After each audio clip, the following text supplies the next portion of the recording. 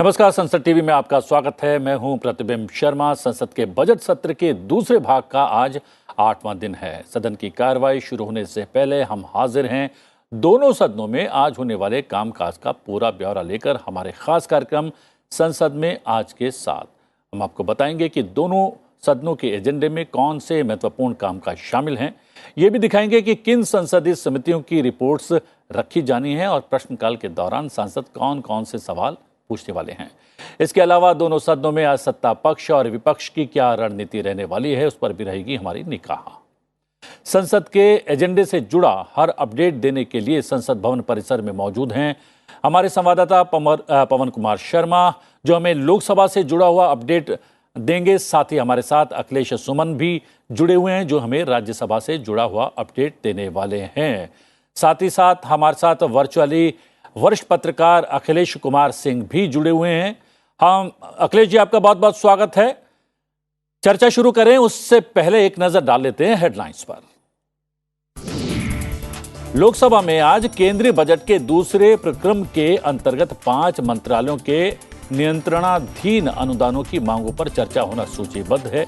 साथ ही विनियोग विधेयक 2023 होगा विचार तथा पारित किए जाने के लिए पेश। राज्यसभा में आज कौशल विकास और उद्यमशीलता मंत्रालय के कामकाज पर शुरू हुई चर्चा को आगे बढ़ाया जाएगा। साथ ही 5 अन्य मंत्रालयों के कामकाज पर होगी उच्च सदन में चर्चा। दोनों सदनों में प्रश्नकाल के दौरान पूछे जाएंगे कई अहम प्रश्न। शून्यकाल के दौरान सांसद उठाएंगे लोकहित से जुड़े हुए तमाम मुद्दे। चर्चा शुरू करने से पहले आइए देखते हैं लोकसभा में आज यानी कि बजट सत्र के दूसरे चरण के 8वें दिन क्या कुछ खास रहने वाला है। बजट सत्र के दौरान विभिन्न मंत्रालयों के लिए आवंटित बजट पर चर्चा की जाती है। इसी क्रम में आज साल 2023-24 के लिए 5 मंत्रालयों के नियंत्रणाधीन अनुदानों की मांगों पर चर्चा और मतदान होना कार्यसूची में शामिल है। ये मंत्रालय हैं रेल मंत्रालय, जनजातीय कार्य मंत्रालय, ग्रामीण विकास और पंचायती राज मंत्रालय, पर्यटन तथा संस्कृति मंत्रालय और स्वास्थ्य और परिवार कल्याण मंत्रालय है। साथ ही सदन में शाम 6 बजे के बाद साल 2023-24 के लिए केंद्रीय बजट के संबंध में अनुदानों की बकाया मांगों को सभा की अनुमति के लिए प्रस्तुत किया जाएगा। साथ ही विधेयकों की संभावित सूची में एक विनियोग विधेयक पेश किए जाने और विचारित और पारित किए जाने के लिए शामिल है। वित्त मंत्री निर्मला सीतारमण सदन में विनियोग विधेयक 2023 को पेश करेंगी। साथ ही वो इस विधेयक को पारित किए जाने का प्रस्ताव भी सदन में रखने वाली हैं। नागर विमानन राज्य मंत्री जनरल सेवानिवृत्त वीके सिंह 2 फरवरी को विमानन उद्योग को हानि से संबंधित प्रश्न के उत्तर में शुद्धि से संबंधित एक वक्तव्य देंगे। साथ ही जल शक्ति राज्य मंत्री विशेश्वर टूडू मंत्रालय संबंधी स्थायी समिति के 12वें प्रतिवेदन में शामिल सिफारिशों के कार्यान्वयन की स्थिति से संबंधित वक्तव्य सदन में देने वाले हैं। सदन में प्रश्नकाल के दौरान अहम प्रश्न पूछे जाएंगे। विभिन्न अहम पत्र सभा पटल पर रखे जाना और नियम 377 के अधीन लोकहित के मुद्दों पर चर्चा होना भी सूचीबद्ध है। लोकसभा में 3 दिवंगत सांसदों को श्रद्धांजलि भी आज दी जाएगी। इसके साथ ही लोकसभा में स्थायी समिति से संबंधी कई अहम प्रतिवेदन और विवरण भी पेश किए जाएंगे।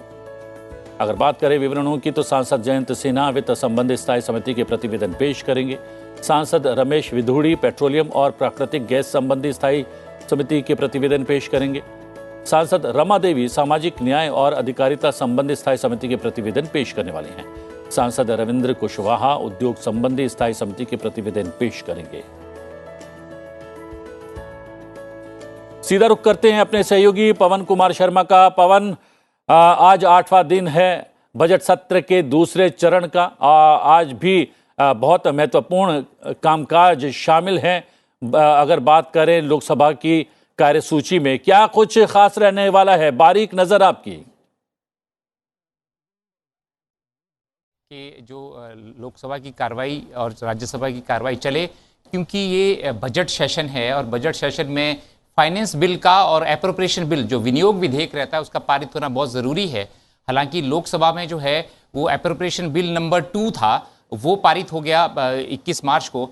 तो ये तो वहाँ हो गया। और इसका महत्व क्या है प्रतिबिंब जी, ये मैं आपको बताना चाहूँगा। जो एप्रोप्रिएशन नंबर 2 बिल था, जो कि पिछले वर्ष का रहता है, उसके लिए 2,70,05,09 करोड़ का जो कंसोलिडेटेड फंड ऑफ इंडिया है, सरकार का जो फंड रहता है, उससे जो कल्याणकारी प्रोग्राम चलते हैं, स्कीम चलती है, उनके लिए ये खर्चा संसद ने उसको मंजूरी दे दी। तो इतना महत्वपूर्ण है। ये तो एप्रोप्रिएशन बिल था पिछले वर्ष का। तो अब आगे जो इस वर्ष का विनियोग विधेयक है और जो फाइनेंस बिल है, जो बजट पेश किया गया था, उसका पारित होना बहुत जरूरी है। इस लिहाज से ये बहुत जरूरी है। तो इस बार जो आज जो है लोकसभा में ये लिस्टेड भी हैं सारी चीजें, तो ये पारित हो जाए एप्रोप्रिएशन बिल, क्योंकि लगा हुआ है पारित होने के लिए, वो लिस्टेड है। तो उम्मीद है कि वो भी आज यहाँ से पारित हो जाएगा लोकसभा से। और जहाँ तक जो अलग अलग मंत्रालयों की अनुदान मांगे होती है, उन पे विचार की बात है। जैसा आपने बताया कि महत्वपूर्ण डिपार्टमेंट हैं, रेलवेज है, रूरल डेवलपमेंट और पंचायती राज है, ट्राइबल अफेयर्स है, टूरिज्म एंड कल्चर है, हेल्थ एंड फैमिली वेलफेयर है। ये ऐसे विभाग हैं प्रतिबिंब जी के, जिनका जनता से सीधा सरोकार रहता है। कोरोना से देश जो है वो उभरा है, अच्छी स्थिति में आया है। तो हेल्थ एंड फैमिली वेलफेयर को लेकर और भी जो स्कीम्स हैं वो उसमें हैं, टूरिज्म है, कल्चर है, ये सारी चीज़ें जो है, ट्राइबल अफेयर्स है, जितने भी वर्ग हैं, समाज के अलग अलग वर्ग हैं, उनसे संबंधित अलग अलग मंत्रालय हैं। और उनके लिए जब चर्चा होगी, उनके लिए जो आवंटन हुआ है बजट में, जो वित्त का जो आवंटन हुआ, जब वो पारित होगा संसद से, तभी वो आगे चल पाएगा। तो ये महत्वपूर्ण सारी चीज़ें हैं। तो इसके अलावा जो है, ये तो है ही, क्योंकि डिस्कशन होना है, लिस्टेड है और एप्रोप्रिएशन बिल है। और इसके अलावा रिपोर्ट्स, 4 रिपोर्ट्स है महत्वपूर्ण, वो भी आज जो है पटल पर रखी जानी है, जिसमें कि फाइनेंस से संबंधित है, पेट्रोलियम और नेचुरल गैस से संबंधित है, सोशल जस्टिस और एम्पावरमेंट से संबंधित है, और इंडस्ट्री से संबंधित है। ये इन रिपोर्टों में भी जो है वो जनता के कल्याण के लिए चीज़ें होती है, सिफारिशें करती है कमेटी, और सरकार उसको इम्प्लीमेंट करती है। तो ये महत्वपूर्ण रिपोर्ट भी रखी जानी है। हालांकि सबसे पहले आज जो है, क्योंकि दिवंगतों को श्रद्धांजलि से शुरुआत होती है लोकसभा में, तो वो पहले 3 सांसदों को उनको श्रद्धांजलि दी जाएगी और उसके बाद पेपर ले करेंगे। 7 मंत्री हैं प्रतिबिंब जी जो कि पेपर ले करेंगे। तो ये सारा जो विधायी कार्य है ये अच्छे तरीके से चले, तो इसके लिए उम्मीद है। पर हम जैसे जानते हैं कि ये व्यवधान चला हुआ है, पर वित्त विधेयक है तो पक्ष भी समझता है, विपक्ष भी समझता है। लोकसभा स्पीकर की तरफ से भी कोशिशें हो रही हैं, राज्यसभा के सभापति की तरफ से भी कोशिशें हुई हैं, पर ये कोशिशें पूरी तरह सफल हो गई हैं ऐसा नहीं है, क्योंकि विपक्ष जो है वो अपनी कुछ मुद्दों पे अड़ा हुआ है, और सरकार जो है उनकी अपनी चीज़ें हैं। तो ये थोड़ा बहुत व्यवधान पिछले दिनों में हमने देखा। उम्मीद है, क्योंकि ये सारे के सारे बिल लोकसभा में पारित होने हैं, ये सारे के सारे मनी बिल है प्रतिबिंब जी, तो ये आज लोकसभा में पारित हो गए। जैसा कि जम्मू कश्मीर से संबंधित बिल जो है वो पारित हो गया लोकसभा में, और एप्रोप्रिएशन बिल जो नंबर 2 था वो भी पारित हो गया। उसी तरह उम्मीद है कि आज जो है एप्रोप्रिएशन बिल जो है इंट्रोड्यूस भी होगा, पारित भी हो जाए, और जो डिस्कशन है अलग अलग मंत्रालयों पे, जो अनुदान मांगों पे, वो भी आगे बढ़ेगी, ऐसी उम्मीद आज है प्रतिबिंब। ये एप्रोप्रिएशन बिल आपने कहा कि आज ही पारित हो जाएगा, ऐसी संभावना लग रही है। क्या इसी के मद्देनजर क्या बीजेपी जो कि सत्तारूढ़ दल है, उसने अपने माननीय सांसदों को व्हिप भी जारी किया है? कोई ऐसी कोई जानकारी है पवन? बिल्कुल, ये हर तरफ से रहता है, क्योंकि सरकार की कोशिश है कि ये बजट का सेशन है जो प्रतिबिंब जी, वो इसीलिए है कि जो बजट का जो सेकंड स्टेज का डिस्कशन है और उनके अनुदान मांगे हैं उस पर पारित हो। तो सरकार की तरफ से कोशिश रहती है, क्योंकि विपक्ष जो है लगातार जो है अपनी बातों पर अड़ा हुआ है। तो सत्ता पक्ष चाहता है कि ये उनके सांसद वहाँ पे रहेंगे तो ये विधेयक जो है वो पारित हो जाएगा। जैसे कि पिछले विधेयक मैंने कहा आपको, जम्मू कश्मीर का पारित हो गया, और साथ में एप्रोप्रिएशन बिल नंबर 2 जो था वो भी पारित हो गया। तो जब ये फाइनेंस बिल और जब ये एप्रोप्रिएशन बिल पास होगा, तभी जो है देश के अलग अलग मंत्रालयों के लिए जो बजट का आवंटन हुआ है 2023-24 के बजट में, तो उसका वो पैसा जो है अलग अलग मंत्रालयों को मिल पाएगा। उसका संसद की मंजूरी, खासकर लोकसभा की, उनकी जो वित्तीय बिल है वो यहीं पे होता है, वो बहुत ज़रूरी है। तो ऐसी उम्मीद है कि ये लोकसभा में ज़रूर होगा। जी, आपने बहुत कुछ बता दिया है। जो कार्यसूची में आज महत्वपूर्ण कार्य आज सूचीबद्ध हैं। इसके अलावा प्रश्नकाल की हम हमेशा बात करते हैं कि प्रश्नकाल एक ऐसा विषय है जिसमें सभी दलों के सांसद जो है अपने पार्टिसिपेशन को जो है तय करना चाहते हैं। प्रश्नकाल के दौरान आज लोकसभा में पेट्रोलियम और प्राकृतिक गैस मंत्रालय से 6 सवाल पूछे जाएंगे। पेट्रोलियम और प्राकृतिक गैस मंत्रालय से पीएनजी कनेक्शन के उपयोगकर्ताओं में आई वृद्धि से संबंधित प्रश्न पूछा जाएगा। साथ ही एक प्रश्न प्रधानमंत्री उज्ज्वला योजना के लाभ के विस्तार से संबंधित भी पूछा जाएगा। इसके साथ ही प्रश्नकाल के दौरान जल शक्ति मंत्रालय से भी 4 प्रश्न आज पूछे जाने वाले हैं। मंत्रालय से जल शक्ति अभियान और अटल भूजल योजना के कार्यान्वयन की स्थिति से संबंधी प्रश्न पूछे जाएंगे। पवन हमारे साथ लगातार बने हुए हैं, हमारे सहयोगी। पवन, प्रश्नकाल बेहद महत्वपूर्ण घटक रहता है संसदीय कार्य की। अगर बात करें, कुछ प्रश्न हमने बता दिए हैं अपने दर्शकों को, लेकिन मोटे तौर पर और कौन से महत्व के प्रश्न आज प्रश्नकाल में लोकसभा के भीतर पूछे जाने हैं? प्रतिबिंब, जैसा आपने बताया कि आज 8वां दिन है संसद के दोनों सदनों का, तो पर प्रश्नकाल नहीं चल पाया, हम सभी जानते हैं।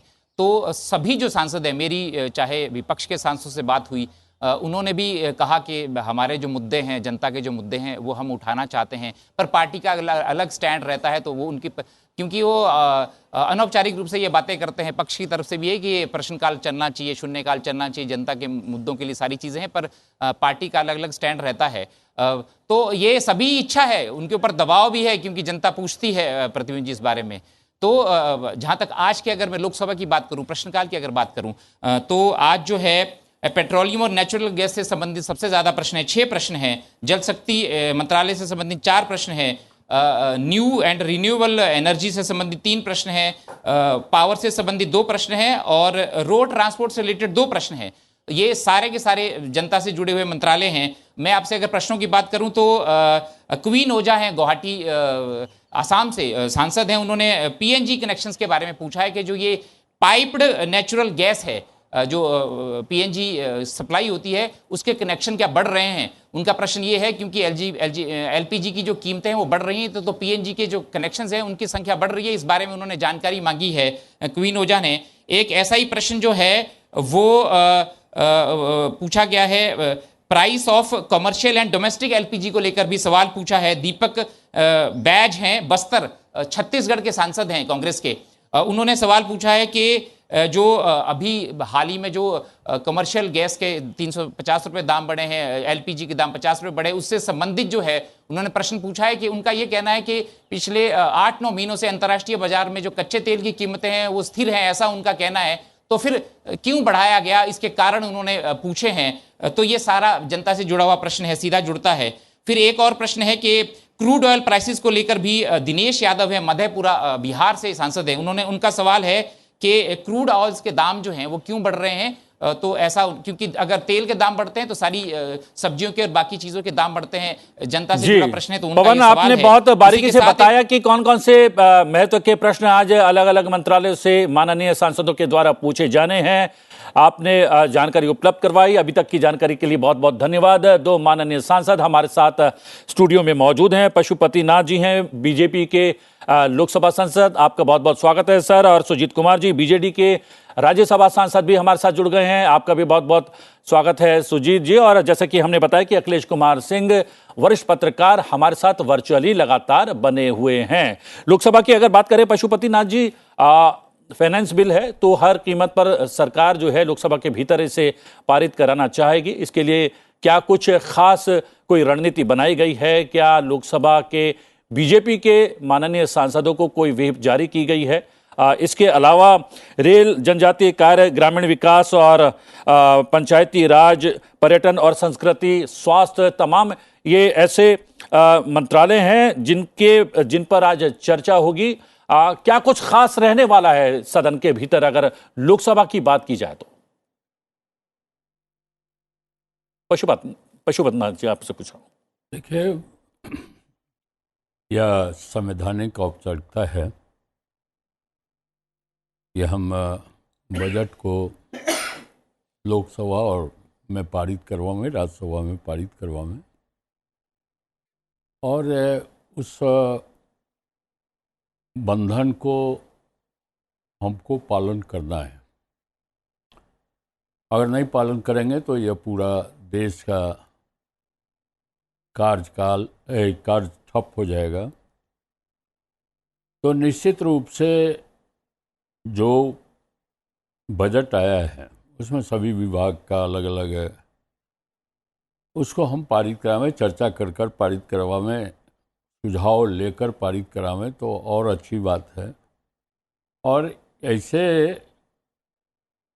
मजबूरी में जब सदन ऑर्डर में नहीं रहता है, रोज हंगामे का वातावरण हो, तो बहुत से अवसर ऐसा हुए कि जिसमें ग्लोटिन कर एक ही दिन सब बजट को पारित करवा दिया जाता है। लेकिन यह लोकतंत्र के लिए अच्छा रहता कि जनहित के लिए कार्य, जो विकास का कार्य हो, उसको हम अच्छे ढंग से लोगों की राय सलाह लेकर इसको पारित करवाते। लेकिन यह मजबूरी में ऐसा भी समय देखना पड़ता है। अनुदानों की मांगों पर भी चर्चा होना है सुजीत कुमार जी। ये वैसे तो लोकसभा के भीतर की बात है, लेकिन जब रेलवे जैसे किसी मंत्रालय पर के अनुदानों की मांगों पर जब चर्चा होती है तो कितना महत्व रखती है ये चर्चा, और कितना पार्टिसिपेशन होना चाहिए सांसदों का? देखिए, आज राज्यसभा में भी कई सारे अहम मंत्रालयों की अनुदानों की मांग पे चर्चा होने की लिस्टेड है। जैसे स्किल डेवलपमेंट हुआ, रेलवे हुआ, टेक्सटाइल्स हुआ, कोऑपरेशन हुआ, रूरल डेवलपमेंट हुआ। लेकिन जैसे अभी पशुपति नाथ जी बता रहे थे, एक गणतंत्र में इस पर चर्चा होनी चाहिए। वैसे तो देखिए, ये गिलोटिन से पास हो ही जाएगा, जो अपना एप्रोप्रिएशन बिल है और फिनांस बिल है, लेकिन और राज्यसभा का कोई खास इसमें है भी नहीं। अगर नहीं भी होगा तो भी वो पास हो ही जाएगा, रिटर्न माना जाएगा।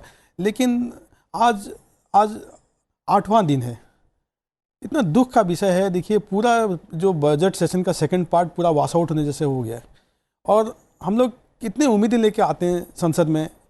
कितने अच्छे अच्छे 0 आवर का मुद्दा है, क्वेश्चन आवर का मुद्दा है, डिमांड फॉर ग्रांट जैसे अनुदानों की मांग पे चर्चा है। आज मैं वो skill development and entrepreneurship ministry का मैं शुरुआत करने का मेरा 5 दिन से मैं उसको कोशिश कर रहा हूँ, उसमें शुरुआत करूँ डिस्कशन, लेकिन हो ही नहीं पा रहा है।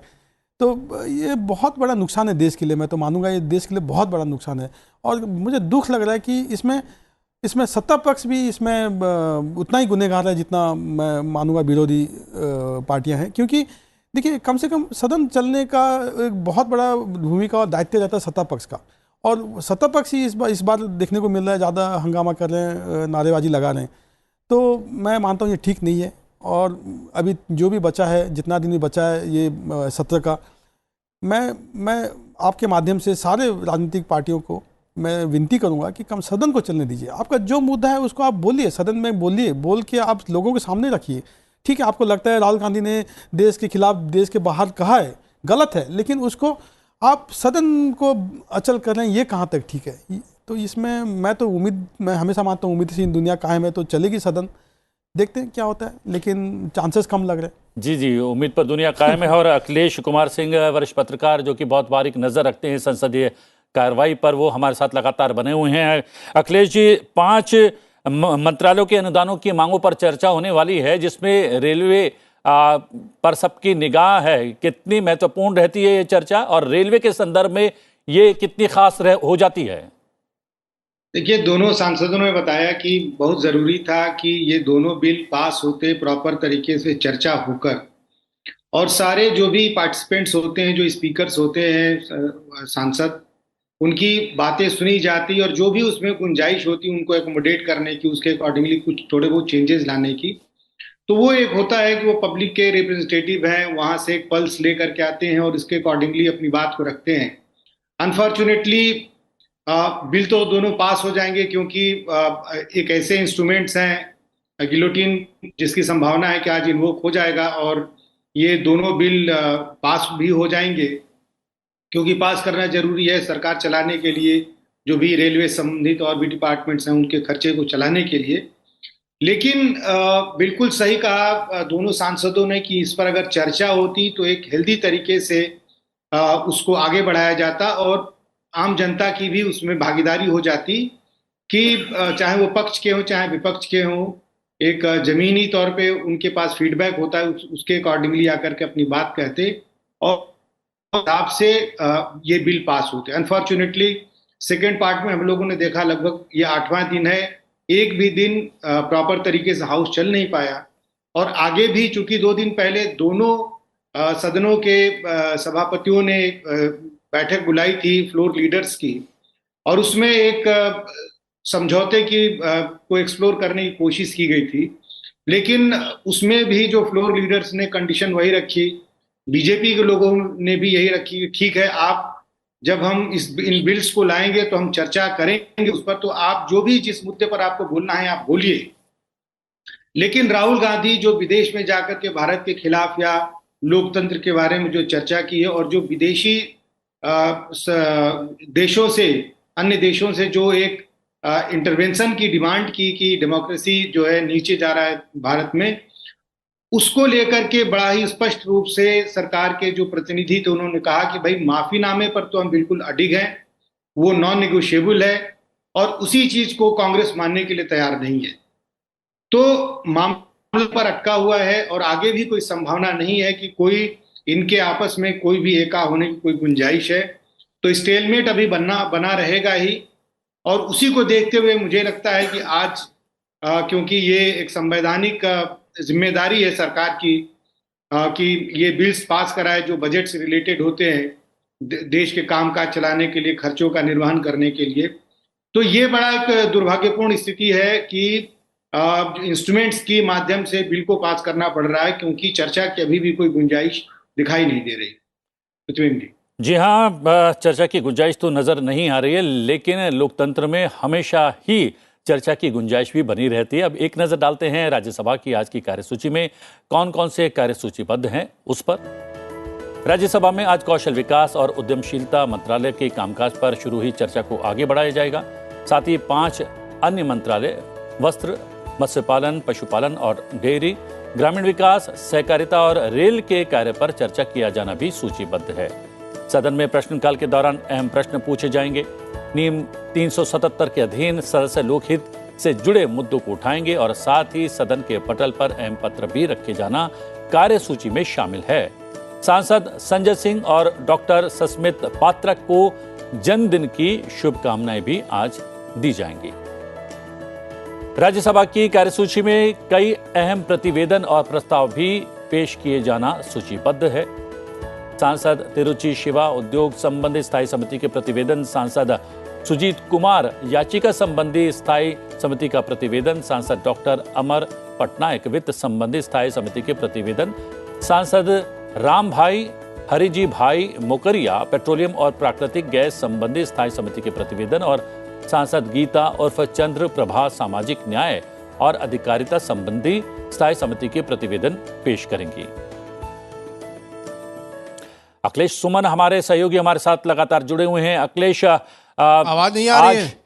आज की अगर बात करें तो संसद की कार्रवाई थोड़ी देर में शुरू होने वाली है। आज 8वां दिन है बजट सत्र के दूसरे चरण का, और ये भी एक जानकारी है कि राज्यसभा सभापति ने आज भी विभिन्न दलों के सांसदों की एक बहुत महत्व की बैठक भी बुलाई है। क्या कुछ जानकारी है और जो सूचीबद्ध है वो कार्य किस तरीके से आगे बढ़ेंगे सदन के भीतर? देखिए, निश्चित तौर पे पृथ्वी में जब भी ऐसी स्थिति आती है कि सदन में गतिरोध ज़्यादा लंबा चलने लगता है तो राज्यसभा के सभापति ये पहल लेते हैं। यहाँ तक कि कई बार जो है ट्रेजरी बेंच और अपोजिशन बेंचेज के बीच में भी औपचारिक और अनौपचारिक चर्चाएं होती हैं। इन सारे के बीच में भी अगर मामला नहीं सुलझता है तो बार बार ऐसा करना पड़ता है, और आज इसी पहल के तहत राज्यसभा के सभापति जगदीप धनखड़ ने आज एक बैठक बुलाई है। और इस बैठक में सदन के नेता तो रहेंगे ही, विपक्ष के नेता जो मल्लिकार्जुन खड़गे हैं उन्होंने भी कंफर्म किया है, और मेरी जानकारी के अनुसार वो भी बैठक में मौजूद हैं। लेकिन इसके पहले एक बैठक और हुई है प्रतिबिंब, और वो बैठक हुई है अपोजिशन पार्टीज़ की। उन अपोजिशन पार्टीज़ की बैठक मल्लिकार्जुन खड़गे के कमरे में जो है उसमें 14 दलों के सदस्य, फ्लोर लीडर्स या नेता कहें, वो मौजूद थे। और उसके बाद वो गए हैं सभापति धनखड़ से मिलने, और उनके साथ जो ट्रेजरी बेंच के नेता हैं उनके साथ बात होगी। तो निश्चित तौर पे कह सकते हैं कि एक बहुत ही महत्वपूर्ण प्रयास है सभापति की तरफ से, क्योंकि सभापति लगातार सदस्यों से अपील कर रहे हैं, और न सिर्फ अपोजिशन से बल्कि वो ट्रेजरी बेंच के सदस्यों से भी अपील कर रहे हैं कि सदन को चलाने में मदद करें, सहयोग करें। तो इस लिहाज से उनकी यह पहल काफ़ी महत्वपूर्ण है। देखना काफ़ी अहम होगा कि किस तरीके से उनके जो उनकी अपील है उनकी अपील को एड्रेस किया जाता है, और जब फ्लोर पे क्या स्थिति रहती है 11 बजे जब सदन की कार्रवाई शुरू होती है। क्योंकि कई बार ये भी देखा जाता है कि बैठक में कुछ बातें होती हैं, फिर अचानक दलों की रणनीति में कोई परिवर्तन होता है तो फ्लोर पे एक नई स्थिति उत्पन्न होती है। तो यह देखना काफ़ी रोचक होगा लेकिन इसके साथ साथ एक यह भी बता दूं कि एक जो बहुत ही महत्वपूर्ण जो राज्यसभा का जो एक 11 बजे से लेकर 1 बजे तक का समय होता है, कह सकते हैं कि बिल्कुल सरकार की जिम्मेदारी उसमें तय करने का समय होता है, और इसीलिए शून्यकाल को राज्यसभा में पहले रखा गया और प्रश्नकाल को राज्यसभा में उसके बाद ठीक शून्यकाल के बाद रखा गया, ताकि सदस्यों की जो भी बातें हैं वो सबसे पहले जो भोजनावकाश के पहले आ जाए। और आज शून्यकाल की अगर बात करें तो 15 शून्यकाल के मामले हैं जो सदस्य उठाना चाहते हैं। उसमें की कह सकते हैं कि एक जो नॉर्थ ईस्ट का एक बड़ा, जो कि सरकार भी बहुत महत्व देती है, नॉर्थ ईस्ट के राज्यों में अभी चुनाव भी हुआ, उसमें 90,000 करोड़ का जो अनयूटिलाइज फंड है उसके बारे में एक अजित कुमार भुइया हैं, उन्होंने इस मामले पे सरकार को चेताया है, सरकार को जानकारी दी है कि उसका क्या करना है। उसके अलावा बीजेपी के हैं सुखदेव राव भोंडे, उन्होंने कहा है कि प्रधानमंत्री जो योजना है ग्रामोदय योजना, उसकी जो सीमा है 2.5 लाख तक बढ़ाई जाए। उसी तरह फौजिया खान का है कि महाराष्ट्र में ओनियन के प्याज बहुत बढ़ गए हैं, इस पे सरकार को पहल लेनी चाहिए। अमर पटनायक जो बीजेडी के सांसद हैं, उन्होंने नरेगा में Mahatma Gandhi national rural employment guarantee scheme में रिफॉर्म की बात कही है, ताकि जो डिमांड सप्लाई का जो गैप है वो डिमांड सप्लाई का गैप पूरा हो। तो ये विनय विश्वम ने लैंडलेस को हाउस लैंड ये सब देने की बात की। तो ये सारे बहुत ही महत्वपूर्ण हैं जो शून्यकाल में उठाए जाने हैं। 15 शून्यकाल के मामले हैं, और उसके बाद अगर प्रश्नकाल में आएंगे, अगर प्रतिबिंब, तो प्रश्नकाल में भी 15 जो है स्टार्ट क्वेश्चन है और 160 अनस्टार्ट क्वेश्चन। जी जी, बारीकी से समझाने की कोशिश करेंगे। अखिलेश जी, कि क्या कुछ प्रश्नकाल में महत्व के प्रश्न पूछे जाने वाले हैं, वापस आपके पास आएंगे। अभी तक की जानकारी के लिए बहुत बहुत धन्यवाद। जैसा कि सुजीत जी हमारे सहयोगी बता रहे हैं कि कार्यसूची तो बहुत महत्व की है, और आपने भी बताया कि 5 विभिन्न मंत्रालयों के कामकाज पर आज चर्चा भी होनी सूचीबद्ध है। इसके अलावा उन्होंने बताया कि 15 अलग अलग ऐसे मुद्दे हैं जो शून्यकाल के भीतर उठाए जाने वाले हैं, जिसमें नॉर्थ ईस्ट में तो 90,000 करोड़ रुपए का फंड ऐसा है जिसका उपयोग ही नहीं हो पाया। कितना महत्व का ये आपको लगता है मुद्दा है जो शून्यकाल के भीतर आज समय मिला तो उठाया जाएगा? देखिए प्रतिबिंब जी, मैं हमेशा ये मानता हूँ और कई बार कह चुका हूँ इसी प्रोग्राम में, प्रश्नकाल और शून्यकाल सुचारू रूप से चलना चाहिए। भले ही ठीक है, आपको अगर डिसप्शन भी करना है, गतिरोध करना है तो बिल के समय आप कर लीजिए दोपहर के बाद, लेकिन जो 11 से 1 जैसे अखिलेश जी बता रहे थे, ये बहुत ही अहम समय होता है 2 घंटा प्रश्नकाल और शून्यकाल का। और मुझे इतना दुख होता है, कितने उम्मीदें लेके सांसद आते हैं, लोगों की समस्या देखिए। नॉर्थ ईस्ट 90,000 करोड़ रुपए का है, एक होमलेस पर्सन का एक आज मुद्दा है, ओनियन प्राइसेस है, नरेगा का है, जो मेडिकल डॉक्टर्स हैं देश भर में, मेडिकल प्रोफेशनल, उनका एक विषय है आज शून्यकाल में। तो इतने अहम मुद्दे हैं देश के, लेकिन मुझे लग नहीं रहा चलेगा प्रश्नकाल और शून्यकाल और प्रश्नकाल भी चलने का उम्मीद बहुत ही कम है। तो चलिए, लेकिन हम लोग तो उम्मीद ही जता सकते हैं, और अगर उम्मीद के अनुसार आज प्रश्नकाल और शून्यकाल चलता है और उसमें विभिन्न महत्व के मुद्दे उठाए जाते हैं, जिसमें से नॉर्थ ईस्ट के इस अनयूज्ड फंड की बात भी है, किन स्थितियों में ऐसा होता है सुजीत जी कि जब इस तरीके के फंड इस्तेमाल किए बगैर ही रह जाते हैं, और फिर उसका आखिरकार होता क्या है? हाँ देखिए, ये तो अभी इसको जवाबदारी डोनर है department of north east region, ठीक है। तो ये अभी 90,000 करोड़ रुपए का जो अनयूटिलाइज्ड है, इसका अभी विश्लेषण होना है कि कौन सी मिनिस्ट्रीज के फंड्स अभी इसमें स्पेंड नहीं हुए। और ये क्योंकि नॉर्थ ईस्ट रीजन पे ज़्यादा फोकस है अभी, ये सरकार का पूर्वोदय जो है फोकस, तो इसमें ये एक्सेप्टेबल नहीं है कि इतना बड़ा जो राशि अभी तक अनयूटिलाइज्ड है। तो इस पर भी अगर जैसे एक सवाल आज आया है शून्यकाल में, तो मैं मानता हूँ इसको सरकार particularly north east donor department of north east region इस पे विश्लेषण करेगी कि क्यों अनस्पेंट है और करेक्टिव स्टेप्स क्या लिया जाना चाहिए, ताकि जो फंड एलोकेशन हो रहा है उसको उसको उसको ठीक से यूटिलाइजेशन होकर नॉर्थ ईस्ट का जो विकास, विशेषकर उसका जो इंफ्रास्ट्रक्चर कनेक्टिविटी का विकास जरूर होना चाहिए। जी और जी हाँ, तो इसमें कहीं ना कहीं मिनिस्ट्री और जो राज्य सरकार है की जरूर इसमें मतलब कुछ कलेक्टिव स्टेप्स लेने की जरूरत है। जी जी और हमने प्रश्नकाल की भी बात कही थी। लोकसभा के भीतर प्रश्नकाल में कौन कौन से महत्व के प्रश्न आज पूछे जाने वाले हैं। पशुपतिनाथ जी, इसमें उज्ज्वला, जिसको लेकर बार बार सत्ता पक्ष की तरफ से कहा जाता है कि ग्रामीण क्षेत्र की महिलाओं को सीधे तौर पर लाभ पहुंचाने का प्रयास उज्ज्वला के माध्यम से किया गया है। उज्ज्वला योजना से जुड़ा हुआ एक सवाल भी आज प्रश्नकाल की अगर लोकसभा के भीतर बात की जाए तो आज पूछा जाने वाला है। देखिए, प्रश्नकाल के अलावे जो शून्यकाल है, इसमें लोग अपनी बात को उठाते हैं, समस्या को उठाते हैं, चाहे वो क्षेत्र की समस्या हो, देश की समस्या हो, और उसमें जो बातें आती है उसका उस समय सरकार जवाब नहीं देती है या बाध्यता नहीं है। और बाध्यता क्या, लेकिन यह अभी जो मोदी जी की सरकार है, मैं देख रहा हूं कि बहुत से प्रश्नों को जो शून्यकाल में उठाया गया है उसका जवाब भी उस विभाग का मंत्रालय भेजता है।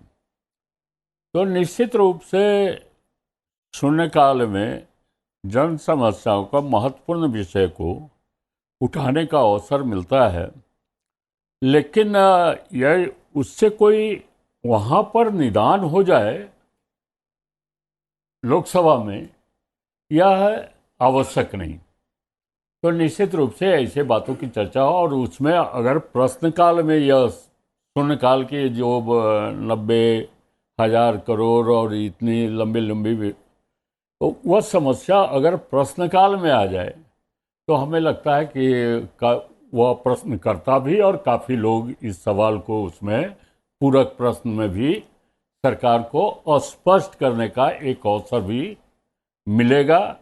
और इसलिए इस व्यवस्था में यह महत्वपूर्ण है कि प्रश्नकाल में वह सवाल जो अति महत्वपूर्ण है उसको लाने का प्रयास किया जाए। जी जी, अखिलेश जी, यहाँ पर बात चल रही है प्रश्नकाल और शून्यकाल बेहद महत्व का होता है, और तमाम सांसद अलग अलग दलों की भी बात कर लें तो भी निजी तौर पर ये मानते हैं कि प्रश्नकाल और शून्यकाल बाधित नहीं होना चाहिए, क्योंकि बहुत मुश्किल से उनको एक अवसर मिलता है प्रश्नकाल के माध्यम से और शून्यकाल के माध्यम से वो जनता से सरोकार रखने वाले विषयों को और मुद्दों को सदन के भीतर रख पाए। यहाँ पर एक सवाल वो शून्यकाल के भीतर राज्यसभा में पूछा जाने वाला है, जो हमारे सहयोगी ने उसकी जानकारी दी है, और यहाँ पर सुजीत जी से हमारी बात भी हुई है। 90,000 करोड़ इस्तेमाल नहीं हुए हैं नॉर्थ ईस्ट के विकास के लिए जो आवंटित किए गए थे या जो राशि भेजी गई थी।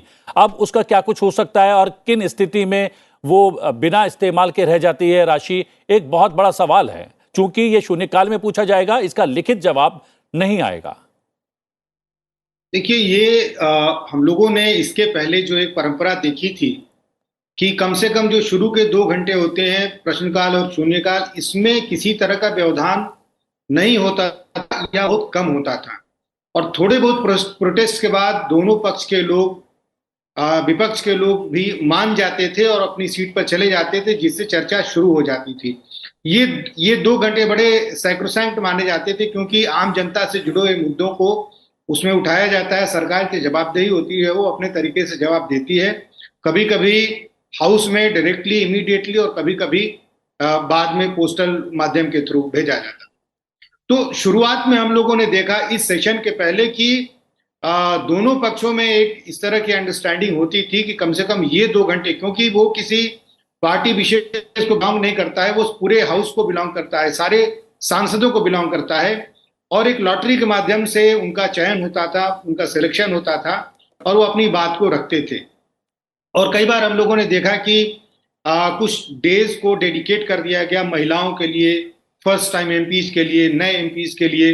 तो इस तरह से करके एक ये भी शुरू में देखा गया था कि स्पीकर ने ऐसे लोगों को बहुत ज्यादा चांसेस दिए जो पहली बार आए और अपनी बात को इफेक्टिव तरीके से रखना चाहते हैं। लेकिन अनफॉर्चुनेटली अब ये भी फेज, ये भी समय जो है वो शोर शराबे की वजह से फंक्शन नहीं हो पा रहा है, जो कि बड़ा अनफॉर्चुनेट है। आपने जिस डोनियर डिपार्टमेंट के जो बजट के बारे में बात की, जो खर्चे के बारे में बात की, वो केवल एकमात्र नहीं, बहुत सारी ऐसी चीजें थी जो इन प्रश्नों के माध्यम से ही सरकार के पास जाती थी और उसका निदान हो जाता था। मुझे लगता है कि कम से कम अभी भी समय है, कुछ दिन अभी शेष हैं, और पक्ष और विपक्ष को इस पर तो कम से कम एक एग्रीमेंट होना ही चाहिए कि ठीक है, वो अपने तरीके से विरोध करते रहेंगे, लेकिन कम से कम ये 2 घंटे जो किसी पार्टी को बिलोंग नहीं करता है, वो सारे सांसदों को बिलोंग करता है और प्रायोरिटी बेसिस पर वो अपने मुद्दों को रख पाते हैं, तो कम से कम उसको चलने दीजिए। जी, और राज्यसभा में पूछे जाने वाले सवालों की भी बात कर लेते हैं। अगर इसकी बात की जाए तो पर्यावरण, वन और जलवायु परिवर्तन मंत्रालय से 3 सवाल पूछे जाने हैं। इन सवालों में से एक सवाल हरित कौशल विकास कार्यक्रम से संबंधित होगा। प्रश्न के माध्यम से इस कार्यक्रम के लिए आवंटित और खर्च की गई राशि का विवरण मांगा जाएगा। इसके साथ ही आज विज्ञान और प्रौद्योगिकी मंत्रालय से भी 3 प्रश्न पूछे जाएंगे। सवाल के माध्यम से सांसद राष्ट्रीय बायोफार्मा मिशन के अंतर्गत प्राप्त उपलब्धियों के बारे में जानकारी मांगेंगे। अखिलेश सुमन हमारे सहयोगी लगातार जुड़े हुए हैं। अखिलेश, कुछ प्रश्नों का जिक्र हमने यहाँ पर कर दिया है। मोटे तौर पर क्या कुछ आज प्रश्नकाल के दौरान राज्यसभा के भीतर पूछे जाने हैं? देखिए, प्रतिबिंब प्रश्नकाल ऐसा होता है, वो सबके लिए एक बड़ा पिटारा होता है, और ये पिटारा इसलिए होता है कि अनस्टार्ड और स्टार्ड 2 तरह के क्वेश्चन होते हैं, और अनस्टार्ड क्वेश्चन जो होते हैं 160 उसकी संख्या है, जिसकी कि सवाल लिखित तौर पे सदन के पटल पे रख दिए जाते हैं और वो फिर सबको ऑनलाइन या हार्ड कॉपी में उपलब्ध होता है। तो एक कह सकते हैं कि एक बहुत बड़ा खजाना है जो सरकार अपने उत्तर के माध्यम से लोगों को देती है कि किस चीज़ की क्या स्थिति है, और यह एक रिकॉर्ड के लिए और रिसर्च और जानकारी के लिए बहुत महत्वपूर्ण होता है। लेकिन जब सदन जब चलती है, कार्यवाही चलती है, उस समय 15 क्वेश्चन जो होते हैं स्टार्ट कैटेगरी को होते हैं, जिसके कि लिखित सवाल भी जवाब भी दिए जाते हैं और सदन के पटल पर सांसदों को पूछने का भी अधिकार होता है। और इसमें न सिर्फ वो सांसद जिनके नाम से वो प्रश्न चिन्हित है, बल्कि उसके अलावा भी अन्य सांसद उस पर पूरक प्रश्न पूछ सकते हैं। तो कह सकते हैं कि एक तरह से उस प्रश्न के दायरे में बहुत ही कम्प्रहेंसिव एक तरह की छोटी चर्चा और एक जानकारी मिल जाती है। तो इसलिए माना जाता है कि प्रश्नकाल का जो यह दौर है, यह समय है, वो काफ़ी महत्वपूर्ण है। और कहें कि 15 जो सवाल हैं उसमें कि 3 सवाल जो हैं वो इन्वायरमेंट एंड फॉरेस्ट से हैं, उसके अलावा 3 सवाल साइंस एंड टेक्नोलॉजी से हैं, उसके बाद 3 सवाल टूरिज्म सेक्टर से हैं, 2 सवाल आपका लेबर एंड एम्प्लॉयमेंट से है, उसके बाद law and justice, culture, north east और अर्थ साइंस से संबंधित एक सवाल है। लेकिन इसके अलावा यह भी महत्वपूर्ण है प्रतिबिंब कि आज प्रधानमंत्री के साथ भी सवाल जवाब का दिन होता है, और ऐसा माना जाता है कि प्रधानमंत्री भी सदन में मौजूद रहते ऐसे समय में। हालांकि उनके नाम से आज सीधे कोई सवाल नहीं रखा गया है। तो कह सकते हैं कि अगर ये मामला सारा दिखा तो एक बहुत ही महत्वपूर्ण, और कई बार कहें कि इस पर काफ़ी चर्चा भी हो चुकी है कि ईसी और सीईसी के अपॉइंटमेंट। अभी आपने देखा होगा कि सुप्रीम कोर्ट ने ये बात कही कि सीईसी के अपॉइंटमेंट के लिए आप विपक्ष के अलावा सरकार और उसके बाद चीफ जस्टिस ऑफ इंडिया को रखिए और उनकी एक कमेटी बनाइए जो तय करे कि सीईसी का अपॉइंटमेंट कैसे होगा और किस नाम पे होगा। तो इस पे सरकार को भी जवाब देना, और निश्चित तौर पे अगर ये सवाल आया है तो इस सवाल का जवाब काफ़ी महत्वपूर्ण और काफ़ी रोचक आएगा। और इसमें तकरीबन सभी दलों के सदस्य जो हैं उनकी जिज्ञासा है कि सीईसी के अपॉइंटमेंट के बारे में सरकार का क्या कदम होना है, क्योंकि सुप्रीम कोर्ट ने यह भी कहा था कि जब तक आप इसके बारे में कोई कानून नहीं बना लेते हैं तब तक यही एक कमेटी, 3 लोगों की कमेटी एक काम करेगी सीईसी के अपॉइंटमेंट में, ताकि एक ट्रांसपेरेंसी और कह सकते हैं कि कोई सवाल इस पर आशंका ना उठा पाए। तो बहुत ही महत्वपूर्ण सवाल है सीईसी वाला। दूसरा एक और महत्वपूर्ण सवाल जिसकी ओर मैं ध्यान दिलाना चाहता हूं, देखिए क्लाइमेट चेंज का मामला है। अभी पूरी दुनिया में क्लाइमेट चेंज को कैसे रोका जाए इसके बारे में चर्चा चलती है। सरकार तरह तरह के एक्शन लेने की बात करती है, और उसमें भारत ने भी 2017 तक 0 कार्बन एमिशन का लक्ष्य रखा है, और इसमें फॉरेस्ट कवर की बहुत ही महत्वपूर्ण भूमिका होती है। तो एक सवाल आया है नदीमुल हक की तरफ से कि इस देश में पूरे फॉरेस्ट कवर की क्या स्थिति है, और इस फॉरेस्ट कवर की स्थिति की जानकारी के माध्यम से फॉरेस्ट कवर के बारे में जो कई तरह की पिछले दिनों देश और विदेश में भी खबरें आई कि फॉरेस्ट कवर भारत का इतना है, फॉरेस्ट कवर के बारे में कई तरह की आशंकाएं भी व्यक्त की गई। की गई थी। तो इस बारे में सरकार का जो निश्चित तौर पे जो जवाब आएगा वो काफी तो काफी महत्व के सवाल आज पूछे जाने वाले हैं अखिलेश जी, और आपने इन महत्वपूर्ण सवालों पर प्रकाश डाला। बहुत बहुत धन्यवाद, थैंक यू वेरी मच। हमारे सहयोगी बता रहे थे सुजीत जी की बहुत महत्व के प्रश्न आज प्रश्नकाल में पूछे जाने वाले हैं। उसके अलावा प्रधानमंत्री से भी सवाल आज पूछे जाते हैं। सवाल अगर प्रधानमंत्री की बात की जाए, क्योंकि ये सुप्रीम कोर्ट का एक दिशा निर्देश भी इस पर आया था सीईसी को लेकर, चीफ इलेक्शन कमीशन को लेकर, उस पर सुप्रीम कोर्ट ने जो कुछ कहा उस पर सरकार की प्रतिक्रिया जो है मोटे तौर पर नहीं मिल पाई थी। तो क्या माना जाए, आज जब सदन के भीतर राज्यसभा में ये सवाल उठाया जाएगा तो सरकार का क्या कहना है, प्रधानमंत्री इस पूरे विषय को लेकर क्या कुछ सोचते हैं, वो सामने आ पाएगी बात? देखिए, आज देखिए जो फ्री एंड फेयर इलेक्शन, ये हमारी बेसिक स्ट्रक्चर डॉक्ट्रिन में भी आता है। सुप्रीम कोर्ट का मानना है कि फ्री एंड फेयर इलेक्शन जो है ये पार्ट ऑफ बेसिक स्ट्रक्चर है, जो 1973 केशवानंद भारती जजमेंट में आया था। तो इलेक्शन कमीशन एक इंडिपेंडेंट स्टैट्यूटरी बॉडी है, तो इलेक्शन कमिश्नर्स का अपॉइंटमेंट को लेके सुप्रीम कोर्ट का एक बहुत ही महत्वपूर्ण राय आया था बीच में, और उस पर एक सवाल आज जो शून्यकाल प्रश्नकाल में आज संसद में आज है स्टार्ट क्वेश्चन के तौर पे, तो इस पर सरकार की जवाबदारी है कि इलेक्शन कमीशन का इंडिपेंडेंस को लेके। तो मुझे नहीं लगता प्रधानमंत्री जी आएंगे सदन में, लेकिन इस पर अगर आज सदन ठीक से चले तो कम से कम सरकार की क्या व्यू है, उसकी क्या राय है, इसके बारे में हमको पता चलता। कई सारे विपक्ष पार्टियों ने कहा है कि सरकार का हस्तक्षेप हो रहा है इलेक्शन कमीशन में, नहीं होना चाहिए। ठीक है, तो मैं नहीं जानता हूँ हो रहा है कि नहीं हो रहा, मैं बोल रहा हूँ सब विपक्ष पार्टियाँ, खासकर कांग्रेस और आम आदमी पार्टी जैसे विपक्ष पार्टियाँ कह रही हैं। तो एक बहुत ही अहम मुद्दा है, इस पे हम लोग जो सरकार की क्या सोच है, क्या विचार है, इस पे हम लोग सुन पाते और जान पाते, लेकिन सदन चलेगी तभी ना। बहुत अच्छे सवाल है। फॉरेस्ट कवर को लेके एक है, मजदूर, कितने मजदूरों की मृत्यु हुई है पिछले 3-4 साल में, इस पर एक सवाल है। सेंट्रल ड्रग रिसर्च इंस्टीट्यूट के कार्य को लेके एक सवाल है। एक बहुत अच्छा सवाल है, आज तमिलनाडु में जो मूर्तियाँ और जो मूर्तियों की चोरी को लेके, मंदिर की रक्षण को लेके एक सवाल है।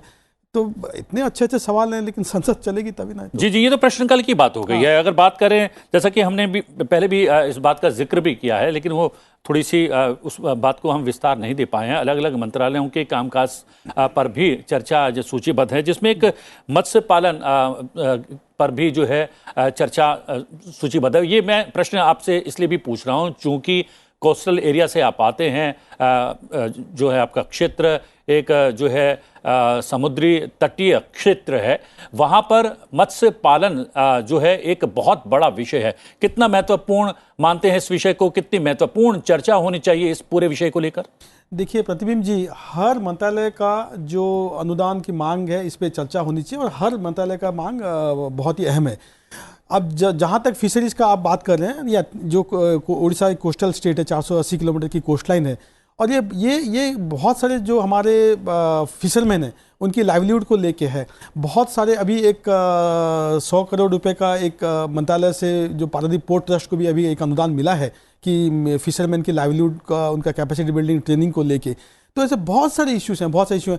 अभी एक्सपोर्ट का बात हो रहा है, अभी साउथ ईस्ट एशिया को एक्सपोर्ट हो रहा है फिशरीज एंड मेराइन प्रोडक्ट्स। तो इसमें मतलब देश की इकोनॉमी को लेके, रोजगार को लेके कई सारे रिलेटेड मुद्दे हैं ये मंत्रालय का। तो इस सब पे चर्चा हो सकती थी अगर चर्चा होगी तो। और मुझे लगता है समय समाप्त हो रहा है, चूंकि आप दोनों माननीय सांसदों को संसद की कार्यवाही में सम्मिलित होने के लिए जाना होगा। पशुपति नाथ जी, आपकी आखिरी टिप्पणी हमने उज्ज्वला के संदर्भ में आपसे जानने की कोशिश की, चूंकि आज प्रश्नकाल में महत्व का प्रश्न आज पूछे जाने वाला है। अगर आप सीसी के संदर्भ में कोई टिप्पणी करना चाहें, चूंकि सुप्रीम कोर्ट का इस पर एक दिशा निर्देश आया था, उसको लेकर क्या कुछ सरकार की मंशा है, वो बात सामने आ जाएगी अगर इस विषय का उत्तर सदन के भीतर दिया जाता है तो। पशुपति नाथ जी। जी देखिए, सरकार की स्पष्ट मान्यता है, और अभी जैसा कि बतला रहे थे राज्यसभा में भी सुप्रीम कोर्ट और इन न्यायपालिका का हम पूर्णतः आदर करते हैं। दूसरी बात है कि सदन का भी पूर्ण रूपेण से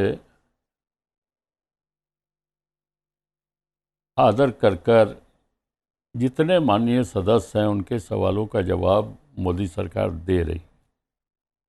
कहीं वो छिपने की बात तो है नहीं, सदन चले या ना चले, लेकिन लिखित उत्तर तो आ जाता है। लिखित उत्तर आता है तो उस पर पूरक प्रश्न का जहाँ तक सवाल है और सवाल खड़े किए जा सकते हैं। सरकार के अगर जवाब से संतुष्ट नहीं है तो और सवाल को खड़ा किया जा सकता है, लेकिन उसके जवाब तो आते हैं।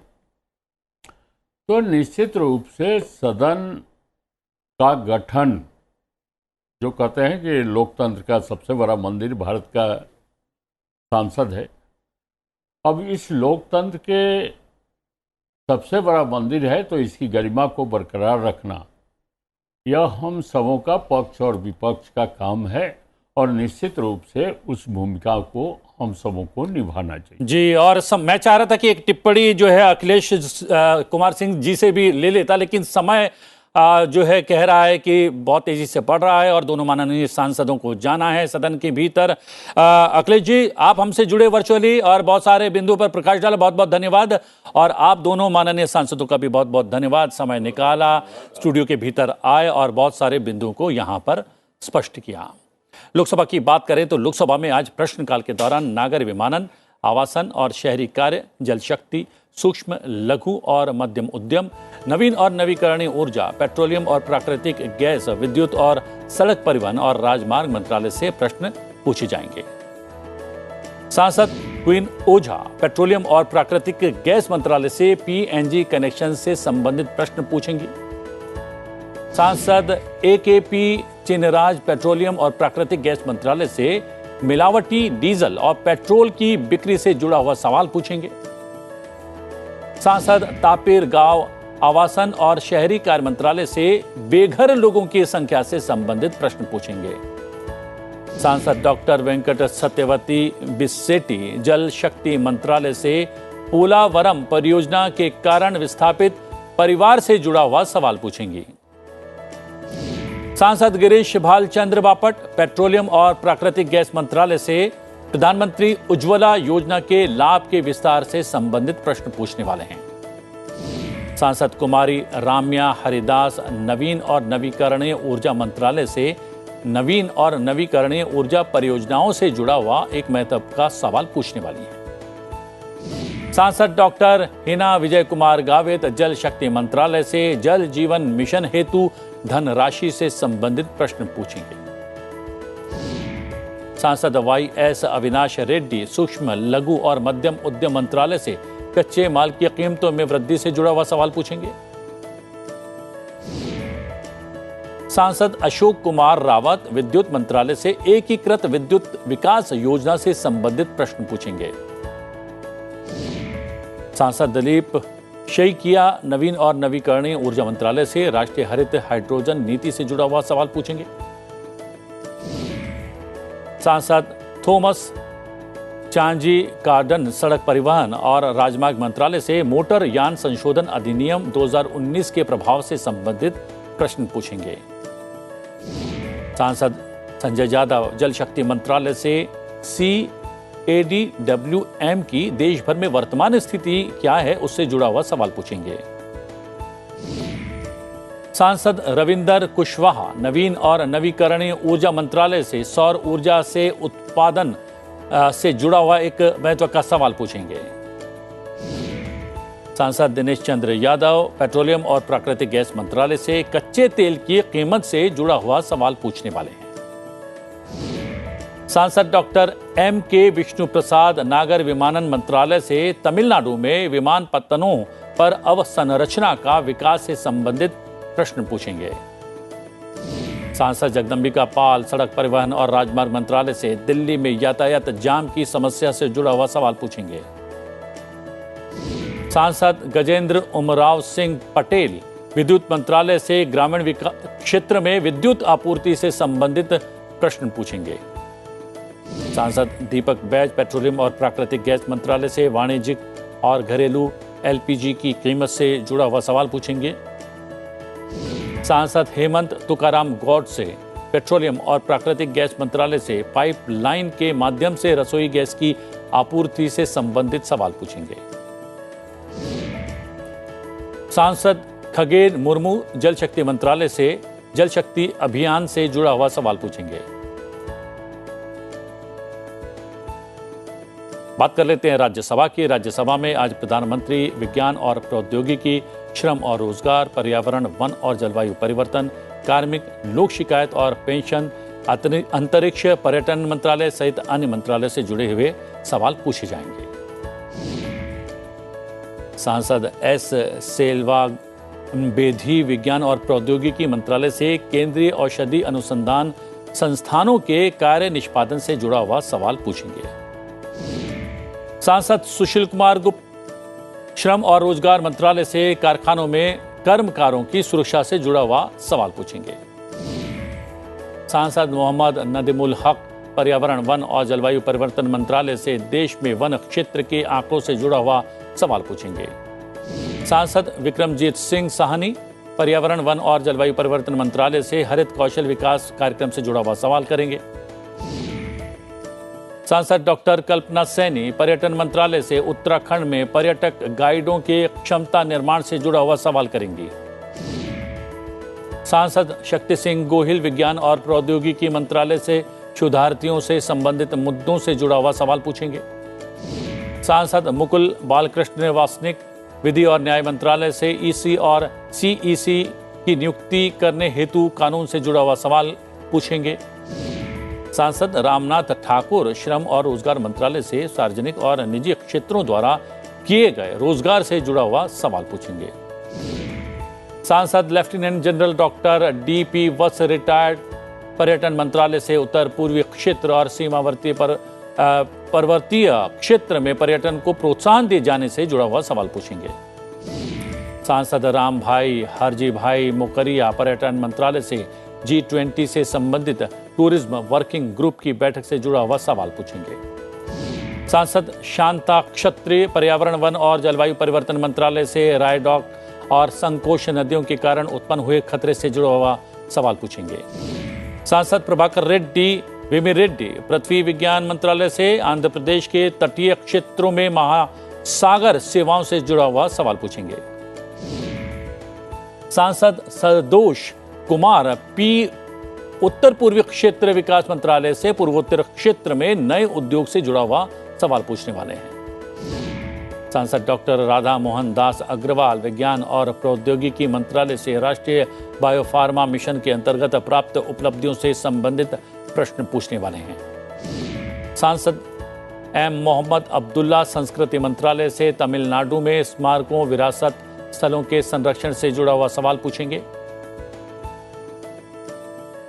फिलहाल संसद में आज में इतना ही। अब से कुछ देर में लोकसभा और राज्यसभा की कार्रवाई शुरू होने जा रही है। संसद टीवी लोकसभा पर आप लोकसभा और संसद टीवी राज्यसभा पर आप राज्यसभा की कार्रवाई का सीधा प्रसारण देख सकते हैं। तो बने रहिए संसद टीवी के साथ। मुझे आज्ञा दीजिए।